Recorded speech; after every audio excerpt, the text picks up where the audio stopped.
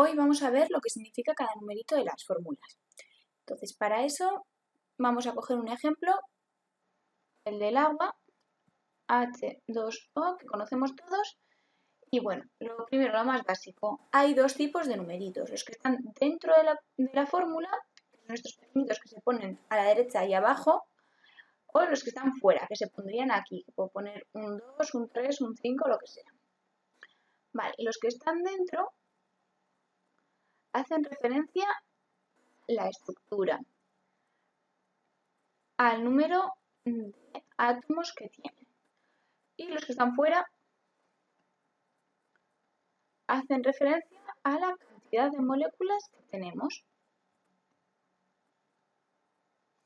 Entonces, en una molécula de H2O, yo veo aquí que hay 2 de hidrógeno y aquí no me marca nada, así que intuyo que solo uno de oxígeno.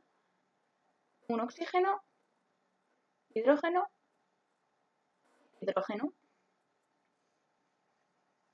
Vale. Aquí tengo el oxígeno y 2 hidrógenos. Y como aquí me marca que son 2, pues 2 veces. O sea, 2 moléculas. Pero ya veis que la estructura se mantiene. Si me piden un oxígeno y 2 hidrógenos, los mantengo.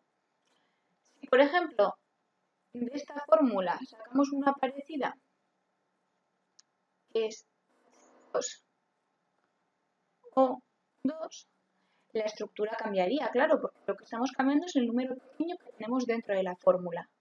Sería una molécula así, más o menos, con 1, 2 oxígenos y 1, 2 hidrógenos, y sería una molécula diferente, claro, porque lo que tenemos es un oxígeno más. Y otra vez, tenemos 2, 3, 4, ponemos aquí 4, ala, y pues ponemos 4. Y bueno, eso es todo, espero que os haya servido de ayuda.